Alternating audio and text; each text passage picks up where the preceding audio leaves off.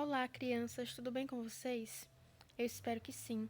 Eu sou a professora Tamires e hoje daremos início a mais uma aula de português. Na aula de hoje, falaremos um pouco a respeito de um gênero textual muito conhecido por vocês. São as histórias em quadrinhos, ou HQs. As histórias em quadrinhos integram os 11 tipos de arte reconhecidos no mundo. São muito apreciadas pelo público jovem por ser uma maneira despojada e divertida de contar histórias. O que é a história em quadrinhos? História em quadrinhos, ou HQ, é o nome dado à arte de narrar histórias por meio de desenhos e textos dispostos em sequência, normalmente na horizontal. Essas histórias possuem os fundamentos básicos das narrativas. Elas têm enredo, personagens, tempo, lugar e desfecho. No geral, apresentam linguagem verbal e não verbal. Os artistas utilizam diversos recursos gráficos nesse gênero textual, com o intuito de trazer o leitor para dentro da história contada.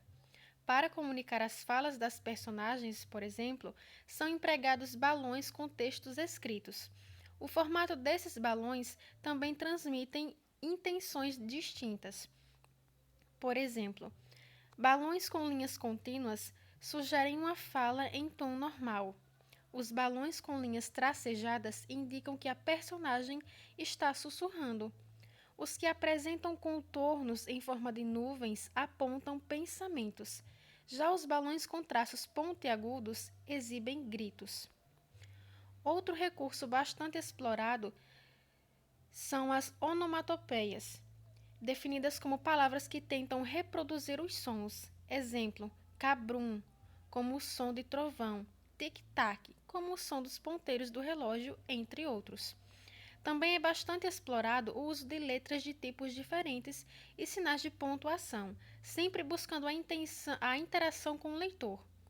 Os suportes mais usados para a publicação das histórias em quadrinhos são os jornais, as revistas e os gibis. Vamos falar um pouco a respeito da origem das histórias em quadrinhos.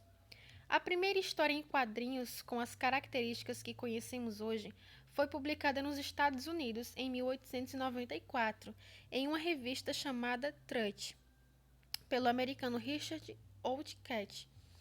Meses mais tarde, o jornal New York World começou a publicá-la oficialmente.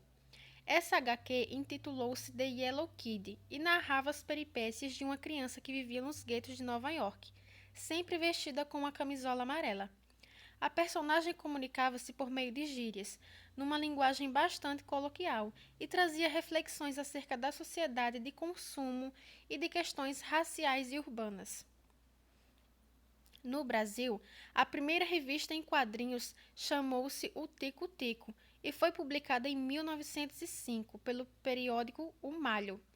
Idealizada pelo artista Renato de Castro, foi influenciada pela HQ francesa La Semaine, de Suzette, e teve como personagem mais popular o Garoto Chiquinho. Foi apenas em 1960 que o público brasileiro teve um gibi inteiramente colorido com a publicação de A Turma do Pererê, do cartunista Ziraldo. O gibi foi apresentado pela editora O Cruzeiro e trazia personagens inspirados na cultura nacional. Em 1964, o gibi foi retirado de circulação por conta da censura instaurada durante a ditadura militar e só voltou a ser publicado novamente em 1975. Foi também na década de 60 que surgiu a história em quadrinhos mais conhecida do Brasil, A Turma da Mônica, criada pelo paulistano Maurício de Souza. A revistinha fez tanto sucesso que hoje é publicada em mais de 40 países e traduzida em 14 idiomas.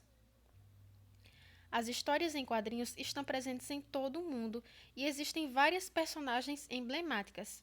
Uma delas é Mafalda, criação do cartunista argentino Quino, no ano de 1964. Nessa tirinha, a garota de aproximadamente 6 anos de idade possui um pensamento reflexivo e questionador acerca da realidade mundial, sempre trazendo um ponto de vista humanista sobre as situações.